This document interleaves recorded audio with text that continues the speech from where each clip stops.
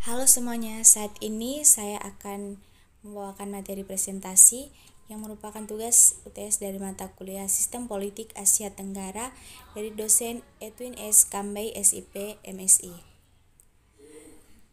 Tema presentasi saya pada saat ini adalah tentang perkembangan sistem politik Thailand. Sebelumnya, perkenalkan, nama saya Windy Balaati dengan NIM 19672010024. Saya mahasiswa dari program studi Ilmu Politik, Fakultas Ilmu Sosial dan Politik. Demonstrasi anti pemerintah secara besar-besaran telah berlangsung di Bangkok sejak tanggal 13 Januari 2014.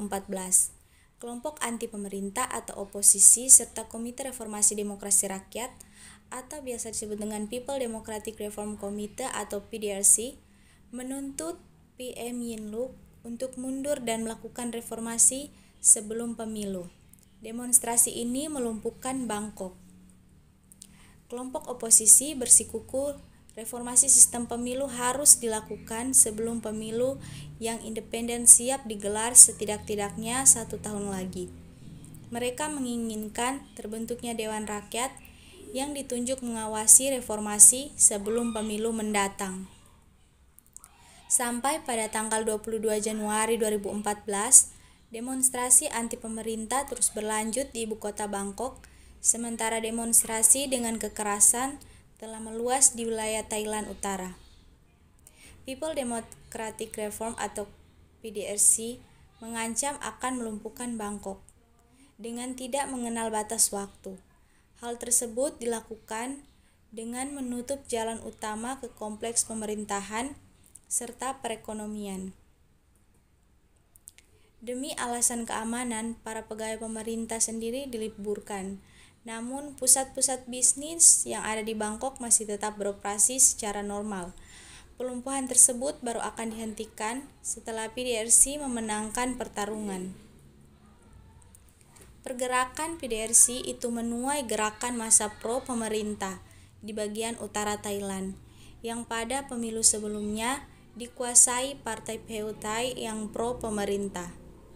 Sejauh ini, para pemimpin partai masih percaya bahwa militer tidak akan melancarkan kudeta.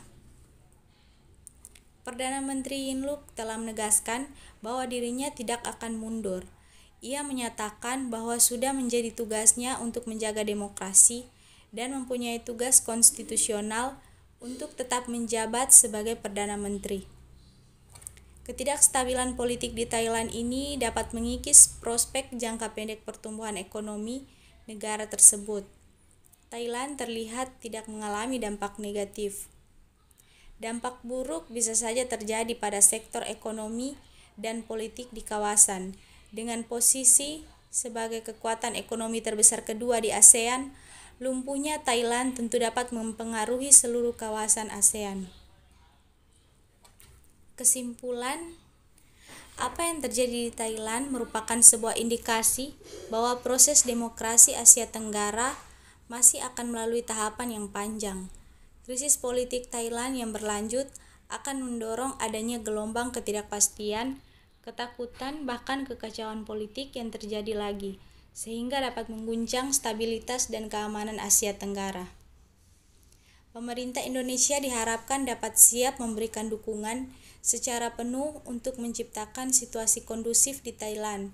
Meskipun dalam ASEAN, konsep non-intervensi menjadi salah satu prasyarat bagi konstelasi hubungan antar negara ASEAN. Menyongsong komunitas ASEAN pada tahun 2015, upaya penyelesaian krisis politik di Thailand menjadi tantangan semua negara anggota ASEAN. Sekian presentasi saya, terima kasih.